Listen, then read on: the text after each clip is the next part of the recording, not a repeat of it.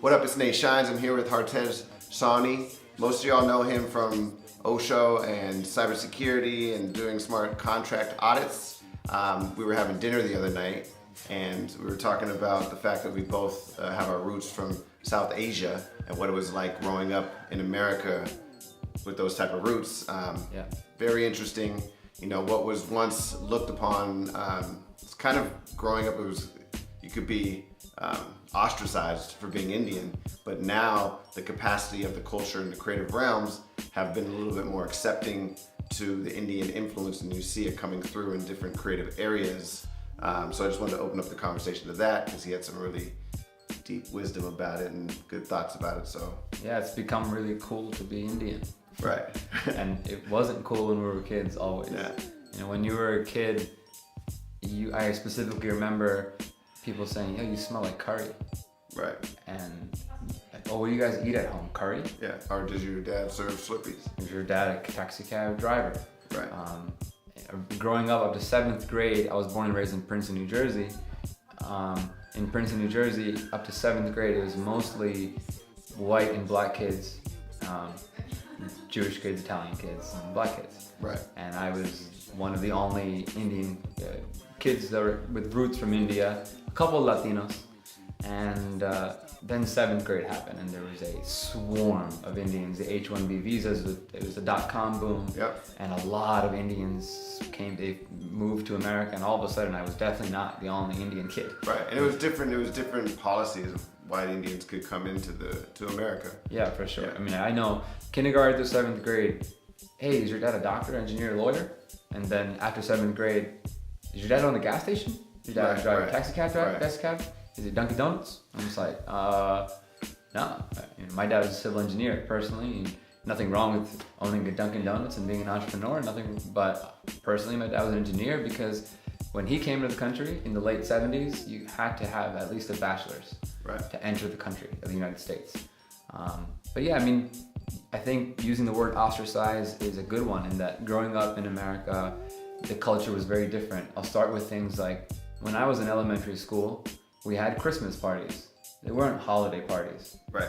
Even the Jewish kids were celebrating a Christmas party. It wasn't a time when the Jewish community took a stance. It was actually them who took a big stance in New Jersey, at least, to say, hey, can we call it a holiday party? Because my kids don't celebrate Christmas. Right. We have Hanukkah, and that's not even our biggest holiday. It's actually Rosh Hashanah or Yom Kippur. I forget which one, but one of those are actually the Jewish faith's biggest holiday. But because of the Christmas timing, they've made Hanukkah in America a bigger deal. Right. But that was a big shift to go from, hey, it's Christmas to it's happy holidays. Right. You know, I had a Christmas tree in my house. I believed in Santa Claus growing up in a household where we spoke Punjabi, and my parents were raising me as a Sikh. Because of the American influence in society, that was pretty focused on like, okay, you believe there's this thing called Santa Claus, and this is a Christmas party. It wasn't like, oh, we're all a bunch of different faiths. This is America. America was a little bit different when I was a kid, and it went through a shift. I don't know if it was as welcoming. It was like, this is a Christmas party. Yep. We're America. We're majority Christians. But that didn't only affect the people from South Asia. It would affect all different types of races and classes of people. Yeah, that's right. You know, I believe the reason it's starting to shift now is because of we have not just first generation Asians here, but now you have second generation Asians here. And so now the capacity of, I guess it would be the Western culture is now opening its eyes, a sense, or opening the veins of letting these different cultures soak in. So you start seeing more in the creative realms. You start seeing it more accepted. So my house in Princeton, New Jersey was like walking into the doors of North India. And that North India in my house was North India frozen in the 1970s. So however the conservative mindset of the 1970s was in India froze for my parents, and they brought that to New Jersey. Yeah. Well, they say they try to come to America and build a little India. Yeah, which is also in our house though. My parents weren't like trying to build a little India outside because all of our neighbors were definitely not Indian. Well, no, but in their community. Yes. Right. Yeah. Right. But what do you think? And then so what I'm trying to get at is that my parents weren't able to give me advice about things like senior prom and dating and a lot of American culture things. So assimilating for us into American culture was a bit trickier than I think it is for the second generation, the people who are born and raised in America, whose parents were also born and raised in America, or at least raised in America. So like my younger cousins, who their parents were born and raised in America, they're tying a turban and a beard and they're growing their beards and we look the same. However, they are so much more American than I was. Right. Because even their parents can give them advice about, hey, you know, senior prom's coming up, you're probably gonna have to get a date, and there's this thing called a corsage, and my Indian parents did not know any of that stuff. But they also have you now to kind of help them, the younger cousins. Yeah, but none of your cousins have me. I had my older brother. Right. My older brother, because he was 5 years older than me, kind of helped me learn about American culture. Right. Whereas my brother had to go to school with his jacked up socks and huge glasses that my dad put him in, making him look like a little Indian engineer. Right. That's a civil engineer. That's a comedy routine right there, you know? Yeah, like my brother was walking in with, you know, turquoise t-shirts tucked into his jeans and just looking like a goof, because it's like, well, who dressed you? Oh, your Indian engineer dad. Right. And then once he learned about, you gotta get some Jordans and you wanna wear these kinds of wide leg jeans, because those were the shit when we were kids. Right. Jinkos and wide legs. Right. Well, we also grew up with, hip-hop. Both of us, it was a hip hop culture. Hip hop raised us. But now we start seeing hip hop embracing, you know, the Indian culture a little bit more. That's true. With the music, you know, sure, it started when people were sampling records. Yeah, like we heard Missy sample stuff, like we heard so many Truth Hurts, you know, but now it's you've got these artists that are actually starting to get shine, and they're starting to get accepted, and people like it because it's different and because it's bringing a new vibe to the hip hop music or the R&B music, you know? Yeah, I mean, everyone wants to have some ancient Indian instrument sample in their music, whether it's a sitar or a sarangi or a tabla or a tolki. These are all Indian instruments that have been being used in hip hop and in mainstream music for a long time. The Beatles are actually a good example of someone that the Beatles went to India to learn how to play sitar from Ravi Shankar. Right. And that was really, I think, the beginning of this huge bridge of America and India. It was a time where Americans got obsessed with Indian classical sounds and vibes, and the energy you get from an Indian classical raga. Yeah, but for the Beatles, they're from London. So London, they have a longer history with Indians. Indians have been populated in London a lot longer than they have been here. It's because the British colonized India, and after they colonized India, they actually took a lot of Indians, especially people from my community, because we're known as warriors. They took a lot of the Sikh warriors to fight for the Allies in World War I and II. Right. And so at the end of the colonial period of the British Empire in India, the Sikhs from Punjab had to choose, do they want to join the new India or will they join the British Empire? And many joined the British Empire, which is why my community has been in the UK for multiple generations, 2 to 3. Yeah, I'm a first generation American with roots from India, and I've had to carve my way into rooms where there's never been someone that looks like me in that room. And I imagine this is what someone had to do in the UK a whole generation, if not 2 ago. Right.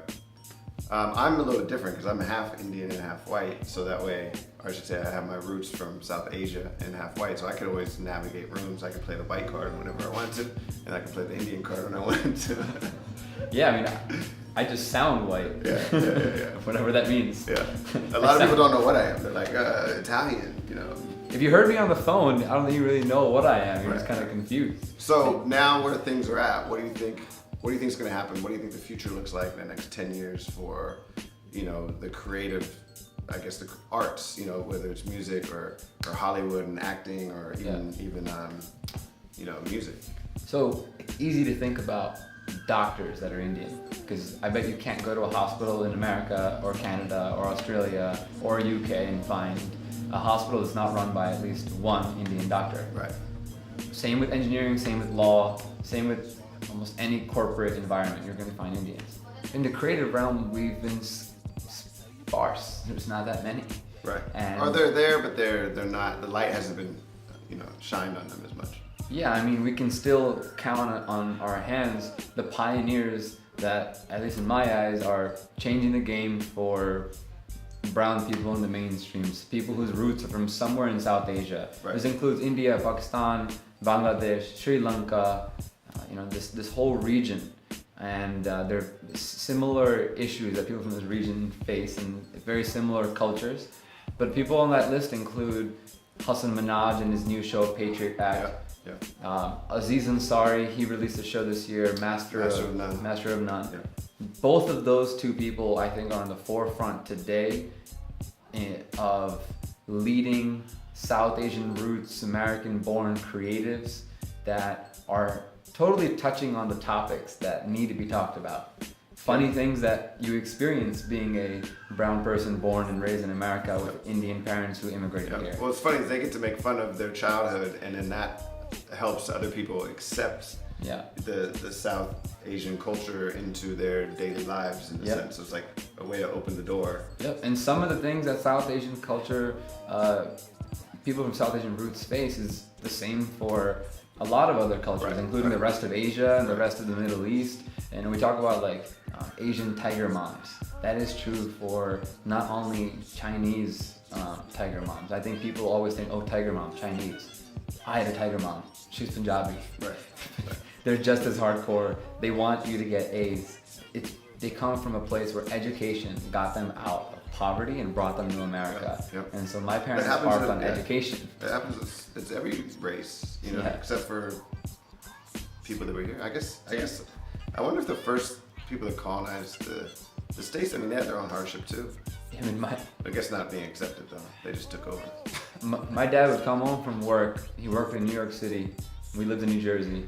And he'd come home to my brother and I with laid out cardboard in our garage, breakdancing, learning how to breakdance, teaching ourselves how to breakdance, from watching videos of the Rocksteady crew and Zulu Nation, and watching Crazy Legs and Cujo on a VHS tape titled Radiotron 1997, Japan versus Rocksteady crew, and studying these VHS tapes. He was pissed. And he'd come home and be like, do math? Math. Like math got you here. Right. And now you want to be a street dancer? Right. But hip hop was a crucial part of our childhood, and that's so interesting to other people sometimes, because sometimes if you look at someone with a turban and a beard, you might not think that they're super into hip hop. You might think that they just flew into India. I definitely, when I first saw you, I was like, I didn't think you were hip hop. And then when I met you, I was like, okay, he's got a vibe, But no, again, though, what do you think the future is for this? Like, where do you think? The future is people respecting where they come from, respecting their roots while being original and being proud of being original. I think we're turning a wave of people being utmost proud of being different and finding a way to be different, if anything. Right. And being proud of that is such an important turning point in our culture all over the world right now, where we are not trying to tell everyone to be the same, and nor should we. Right. I was born to stand out. I'm going to continue to stand out. If I take off my turban and shave my face and start wearing a pink polo and change my name to John Smith, it doesn't really solve any of my problems. Right. That's interesting because like my dad had an Indian name Praveen, and he changed it to Paul. Because we were colonized by the British, the Indians. Right. And the British convinced our people that people of lighter skin are superior and wealthier, higher class. They divided and conquered, and they succeeded in that. And it's very deep-seated, the effect of the British on the Indian population. Yep. And it's hard. I mean, in India today, they have a cream, a facial cream used by women. It's the #1 selling cream. The name of that cream is Fair and Lovely, meaning it makes you fairer in skin. Meanwhile, in the West, women are getting tans to become darker. Right. This is, I personally, I would stem this from British manipulation from the past. It's deep-seated. Right. And this is all, it's because of that British manipulation that I actually think in America also, when my parents were raising me, I can speak for myself that my parents also had a mentality of assimilation. Don't step outside of the bounds. If the dress code is to wear a pink polo, wear a pink polo. Yep. And the turning point for me is, I told my dad, nah, like, I'm not trying to fit in. Right. I want to wear things that represent where I come from, because no one can take away from me the fact that I am born and raised in the United States of America, and I'm American whether you like it or not. But it's our job to bring in. It's not a job, but it's our, I guess, job to bring in the East vibes, you know. And that's what I think is going to happen. I think like in the creative realms, we're just going to see more of it integrating in, you know, whether it's in clothing, like you've been doing some really dope clothing that's bringing, it's like bridging the East and the West, where you're putting the Nehru collars and the longer shirts, you know, and changing where the pockets go with the zippers on the side. Or in music, you're gonna see, you know, it starts swaying in more, you know, like, I'll be real, like, I don't really want it to be too much Indian in the hip hop music, because it's just too much, I don't want to hear it, but when they know how to spice it in nicely, you know, I always think like but that's the point. I don't care personally. I'm not into Indian hip hop. I'm supporting hip hop artists whose roots happen to be from India. If I'm an entrepreneur in the Bitcoin space and you hear me speak on stage, I don't want to be known as the turbaned entrepreneur or the Sikh entrepreneur or the Punjabi Bitcoiner. You could be. I don't want to be. I don't want to be the Punjabi Bitcoiner. You know what I'm saying? Like, I try not bringing it up. Other people want to bring it up. Other people say, how's it feel to be Punjabi in the Bitcoin space? Did I ask you how's it feel to be Italian in the Bitcoin space? Or how's it feel to be a Sikh? Why are you asking about religion? Did I ask you about your religion? This isn't a religious conference. It's a blockchain conference. Right? And so it's important for humans to be treated as human beings, but to acknowledge that this person's roots come from India. He was born in New Jersey. Don't judge a book by its cover. Ask this person where they're actually from. Gauge their vibe, and respect who they actually are. It's so important. That's it. What's the takeaways, baby? What's the takeaways? That's the takeaway. The takeaway is be who you are and be proud of it. Don't try to assimilate. It's not. I think, but that's also what's dope about America. Like, it allows, even though they try to hinder it and hold people back and different cultures back, it still allows for a platform to be who you are, to be an individual. And if you stand strong in that, it starts moving into the mainstream. I mean, you got yoga now, right? Yoga's everywhere, but what's always strange for me in yoga is at the end when everyone goes namaste. Namaste. Like, yo. Let's talk about namaste for a second. Namaste literally just means hello. Okay? And all of a sudden, everyone thinks namaste is the most spiritual word in the world. Why? Because yoga is a multi-billion-dollar industry, and people learn that if you teach yoga, you can make money and survive. So now everyone wants to become a yoga teacher because it's a job. India has 1.47 billion people. What percentage of those 1.47 billion people do yoga, have been teaching yoga, or have made a career out of yoga? That percentage is so low relative to the United States. Well, what's happening is they're taking a cultural thing and then they're turning it into a big business. Yes, and that business involves manipulating people into namaste and om and printing the om symbol everywhere. Too. You've seen it with the African American culture. They do it. They grow $1 billion industries out of it. They're doing it with the Indian culture. And that's just going to continue on. It's like this weird. You know, it's a good, but it's a bad. You know, it's mixed, right? So on one end, people will say, oh, but isn't it a beautiful thing? More people got connected to themselves. They're more spiritual. And yes, okay, fine. I can always see the positive. We can list all the positives. But I think it's also important to kind of evaluate some of the possible negatives. How did this all progress? At least, for example, Kundalini yoga is really popular, and it mixes Sikh religion along with a yoga practice. And at the end of Kundalini teacher training, you have people walking around with turbans like they're Sikhs. That's strange. And it's strange. You've joined a religion in order to get certified to teach a yoga, and now you're walking around in the world wearing a turban. It's weird. And you're Italian. The Kundalini Research Institute is a business, and they give you a certificate. They make cereal and shit. Like this is a business. Profit business that's publicly traded. I don't know. Overall, our culture, Indian subcontinent's culture, has become super cool. But what I'm excited about is this people in the mainstream being respected for what they are really good at.